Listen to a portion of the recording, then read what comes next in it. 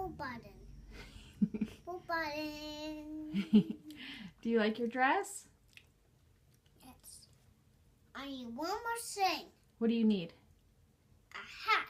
You need a hat? A hat. Okay, Mommy will make you a hat. A hat you can put down your head. What else do you need besides a hat? How about your scissors? You need scissors? Yes, and I can cut it.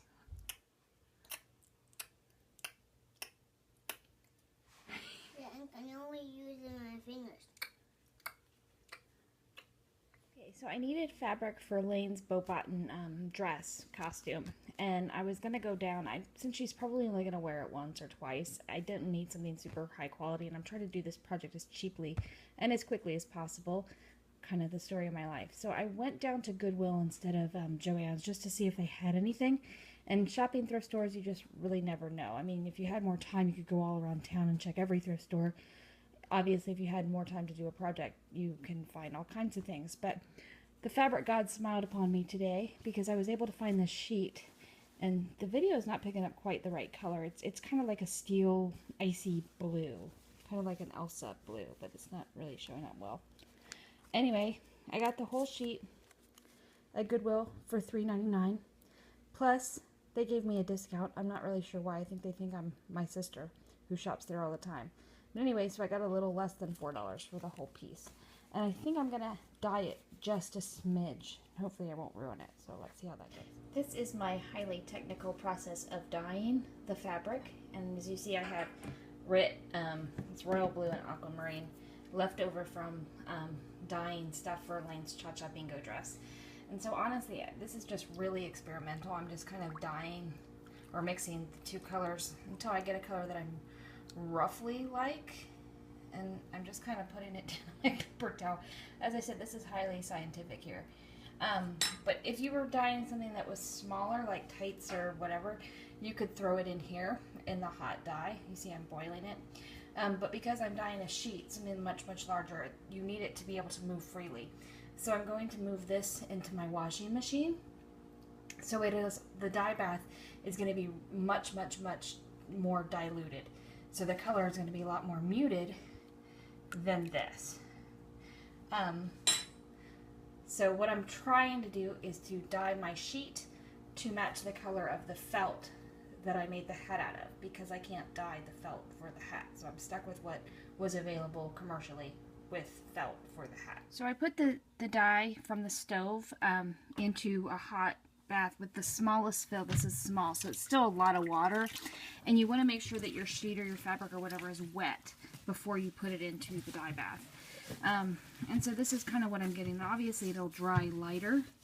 You probably want to wear gloves. I never do. My husband always gets on to me about that. But anyway, it's not terribly, terribly hot. So you can kind of just work it around. I like to pull it up and just kind of see how it's going. And you can kind of gauge the color by then. But you do want to agitate it in your washing machine several times. And don't worry about washing in your washing machine if you have a top loader like this, because you can bleach it out and clean it out. I do it all the time and it doesn't stain your clothes for later washes. So after I dyed the sheet and dried it, this is what the end product looks like. And it kind of changes color depending on how the light hits it. As you can see, if it's bunched up like this, it looks a little more blue. And then it kind of has like a silvery cast to it. It also is a great sheet, and it was a perfect find for this particular project because this side is kind of got a satiny finish to it, just like their uniforms, which I can't believe my luck at the thrift store because this is just like perfect. And so it's got the satiny finish on the right side, and then on the wrong side, it's kind of got a softer, almost flannel-y, not quite flannel, but a little bit of a softer feel to it. And as you can see, the back side took the dye a little bit more like a periwinkle. And so I was able to actually use both sides of the fabric for this project. Some of the collars, I used this side, the wrong side, and then the rest of the dress was made out of this side of the sheet. Alright, so I didn't really take the time to do a tutorial or step-by-step videos as I was making Lane's Beauxbaton dress, but I would just kind of give you an overview of what I did, just in case you're curious or might want to tackle it yourself. As you saw, I started out with a sheet from Goodwill, so this was the fabric that I used. And it did warrant quite a bit of material. It was more than enough that I needed for this project. And it would just depend if you were an adult, what size you were, because you could possibly get it out of the sheet as well, because I really did get a lot. But you would probably just have to eyeball it and see if it would work for you. But for the cape, all I did was use a circle, as you can see. And this was basically the size circle that I would use for a short circle skirt for Lane. The circumference is even roughly the same for the center, and then you would just split it. If I was to do it over again, I would probably elongate the back of the cape slightly so it's a little off from a circle. But for somebody her size, it really didn't matter. But if you were going to make a bigger one, I would probably just bring the cape down just a little bit further down in the back. And then I had plenty of material. But if you're skimping on material and you don't want to spend quite as much on fabrics and keep costs low, you could cut just one of these out of your material and then just do a narrow hem down the front and all the way around and then back up here. What I did is I just cut two. And so I had them together and I sewed all the way around and then flipped it right side out and then left this portion open for turning. So then that finished off the edge. You could go back and top stitch. Because I was working on a budget and also a time crunch, I didn't have a thread that was perfect enough in color match to me to warrant the top stitching, and so I just made sure to press it really well. And I was really glad I didn't do the top stitching, but that's just an aesthetic thing. If you like the look of top stitching, you could certainly do that. Okay, so once you've either hemmed all the way around or you have lined it and flipped it out, then it was the highly technical process of making the collars. And really, this is all I did. They have the two pointy collars, so I just sat with my scraps. And I always keep my scraps for pattern making just because I'm a hoarder. And fabrics, scraps, you're going to throw them away anyway. You might as well find a use for them. So you might recognize this green fabric from Lane's and a toddler dress, the Do You Want to Build a Snowman dress. That's what this was. And originally, this was a tablecloth from Goodwill. So see how I just keep on upcycling? So basically, like I said, this is really highly technical. I didn't even use a ruler or anything because I'm crazy. I just laid this along the neck edge so I got that nice curve. And I just cut roughly the shape that I wanted. And you obviously want to allow for a seam allowance and bring your stitching down to a point. And then you just turn it right side out right here. Now for this particular one, what I did is I used the same dress fabric here that I used, but I actually took a scrap of, a smaller portion, and I threw it back into some more concentrated dye. So I got it a little bit deeper of a blue. It wasn't quite as deep as I wanted it, but it was a little bit deeper than the dress, and you'll see that in a minute. But that's what I created these triangular pieces out of. And then the next part was just another collar. And again, I took a scrap. You might recognize this fabric from Lane's trolley dress, which was also, I believe, a curtain or a tablecloth, something. Anyway, that's what that scrap is. And if you've sewn enough collars, you kind of know the general shape and how to do the bias so that they turn on the curve. But basically, this is how I did it, and I just created the collar that way. Now, it might not be 1000% screen accurate, but no, I think their collars actually go all the way around. But because I was working on a really small scale and I just wanted to kind of whip this out as fast as I could, this is the approach that I took. And so basically you would cut 2 for this side and 2 for this side of your fabric. This is the darker piece that I dyed to make it just a little bit darker. And this is the wrong side. This is the flannel-y side. And this is the shiny right side. And I ended up making the pointy collars out of this shiny side, which is a little bit darker than the rest of the dress, and then I made these smaller ones out of this. I would have dyed a lace, which I think would be more accurate. I just didn't have any on hand, and I just didn't want to put more money into the dress, to be quite honest with you. And I thought that this kind of worked well. So it just, you know, if I was going to a more serious, you know, costume contest or cosplay event or something, and I wanted to go with more accuracy, I probably would go more on that route. But this is just kind of what I threw together from scraps that I had in inexpensive materials. So that's roughly how I did that collar. I ended up also adding a second point inside out of the lighter fabric. Originally, I think theirs are attached to their underdress, but I just wanted a little bit more movement in there. You don't really see it unless the cape opens up, but it's just something I decided to do as well. So she ended up having an extra one of these, and I'll show you what I mean on the actual piece. Okay, so this is Lane's finished cape. And again, I used the sheet fabric for the cape. I did self-line it, so it's double thickness here, but I actually had the wrong side of the sheet showing on the outer edge of the lining, just because there's a little bit of texture contrast and color contrast between the two. And as you see, I chose not to top stitch it, but you could certainly do that if you wanted to. These are the collars. Again, the pointed one underneath. You can see the difference in color. I went back and dyed a little bit of the scraps, just a little bit darker.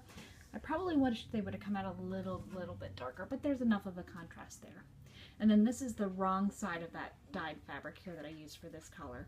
I didn't interface them, which normally you would interface collars, but this had enough body to it. I really didn't think it was necessary, but that's certainly a personal choice. If you wanted to go in and add some interfacing with like a featherweight, you certainly could do that.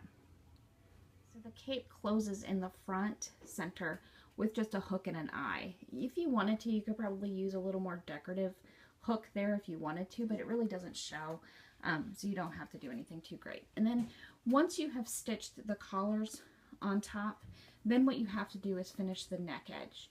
And all I did was use a double fold bias tape, which is like this. If you're not, what is that? You just open it up. It's already on the bias, so you can put it into curves with ease.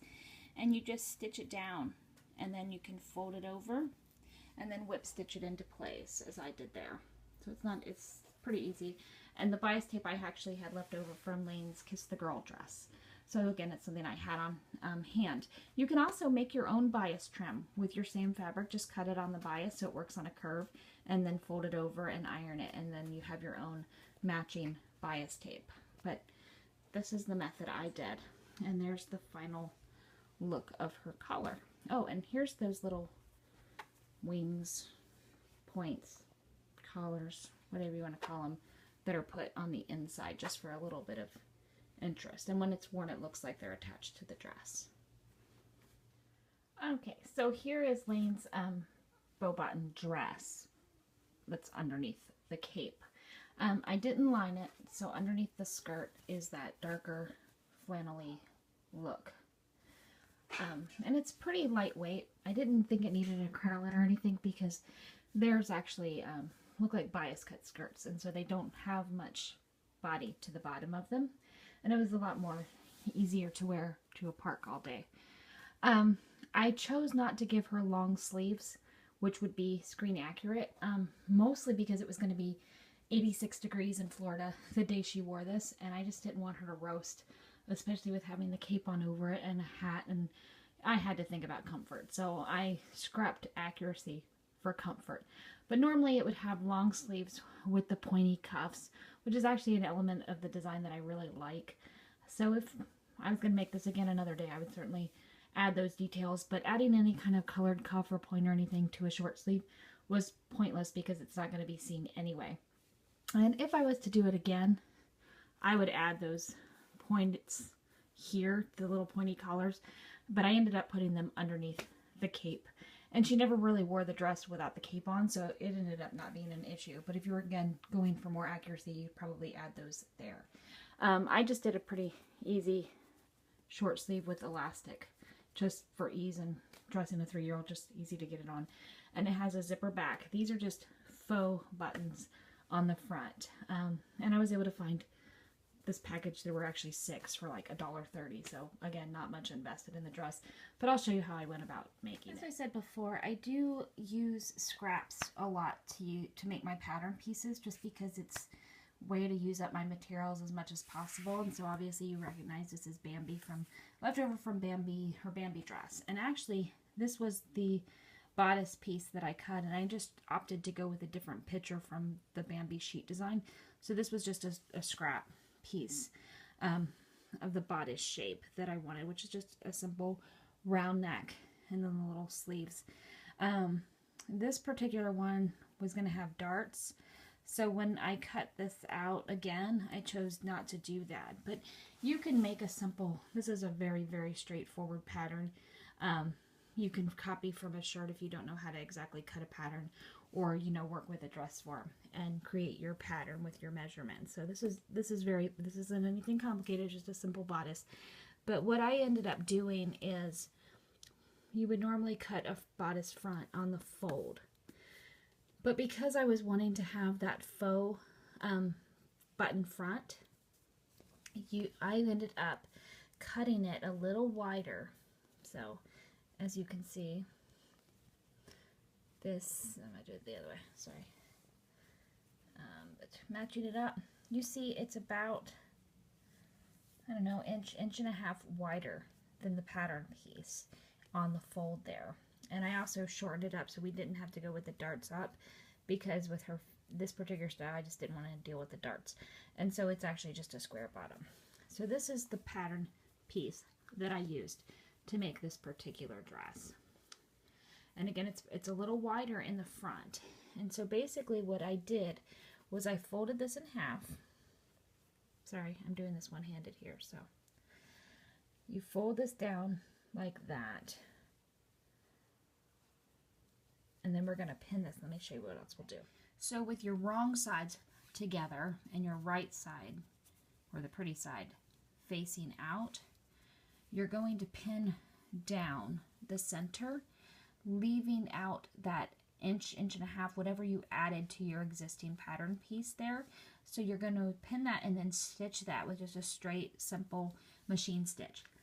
And then once you did that and your stitching's in place, you're going to have this little pouch here, this little pucker. And then what you're going to do is go in with your machine and iron this flat. And then once you've done that, this isn't cooperating, okay. Once you've got that flat, then you're going to go in and basically top stitch close to the edge on each side. And it's just going to create kind of a fake button front. Instead of having your garment button down the front, it's just going to look like it did. So then once you've got that ironed, pressed, and stitched down, after the dress is constructed the rest of the way, you can add your buttons, which is what we've done here. So that's just kind of how I did that. And when you're cutting out your bodice pieces, I lined the bodice. It just adds a little more body to it, and it also helps finish off the neck edge. And so I self-lined this with the same fabric. But again, if you're working with a sheet or a fabric that you have limited materials, like that's the thing with buying things from thrift stores, all you have is what you have. And so you might want to be, use something like a lightweight batiste or broadcloth or a cotton to line it. That way you're not wasting your good thrift store fabric by lining it with the same material. But I had an abundance, so I didn't have any problem. So I just self-lined it. So you are going to cut one bodice with this extra inch and a half here. So you could do this faux button front. But then the other piece that's going to end up being your bodice lining, you would cut it on the fold here without adding this extra bit, because you're not having the buttons on the lining.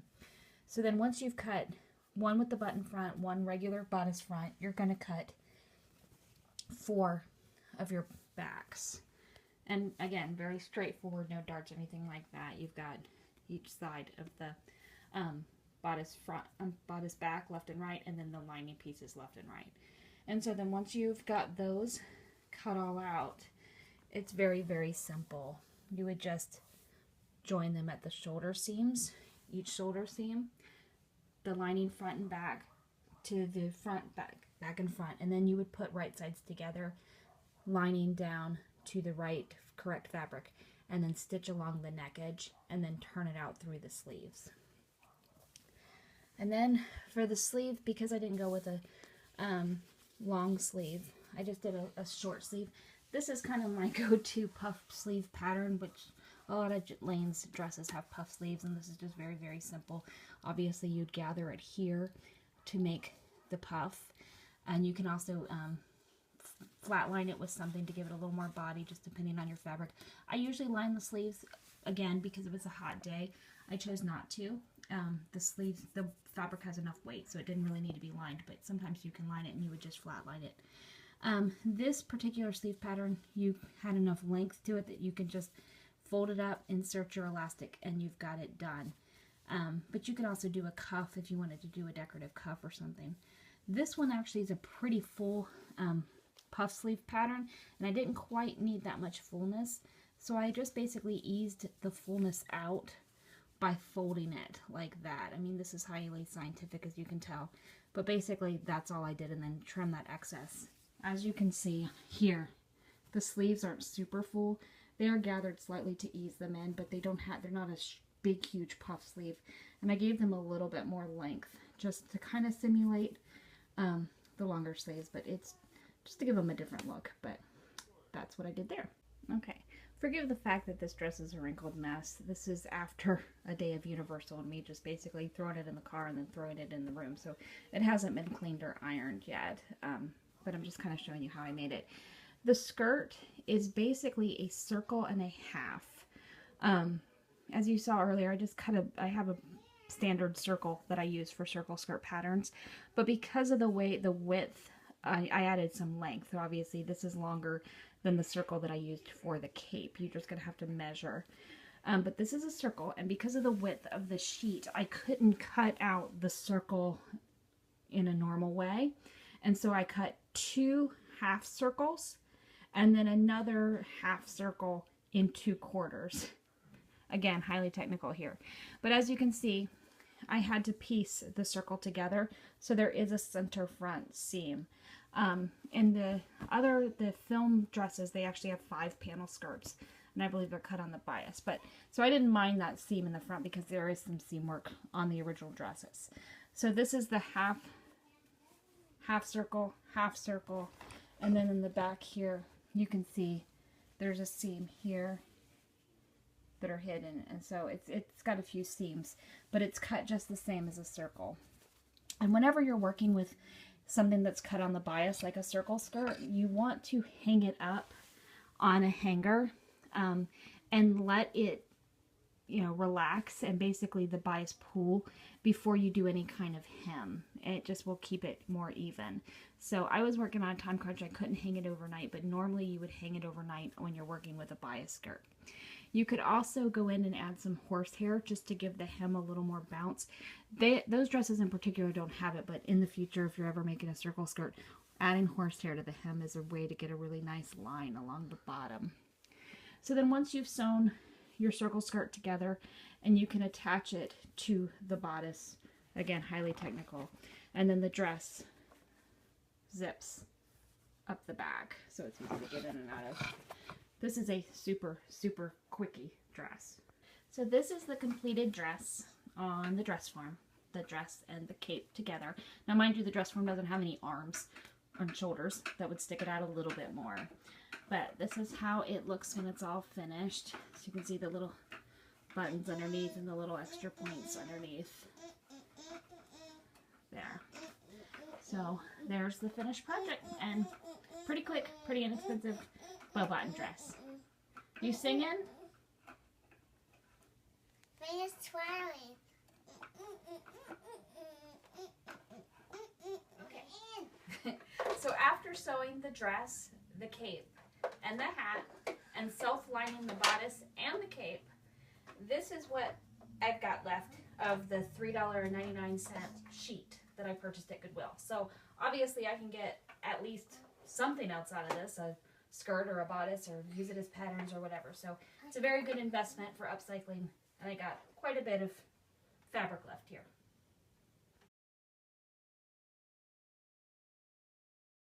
Forgive my blue hands. If you've seen The Abyss, you'll understand what my husband will be saying to me the rest of the day.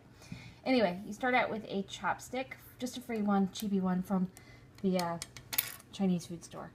And then I had a marble that I'm going to use, but you can use a little jewel or rhinestone or whatever you have handy. You don't really need to do much, but I'm just following one of those little tutorials offline about making a Harry Potter wand.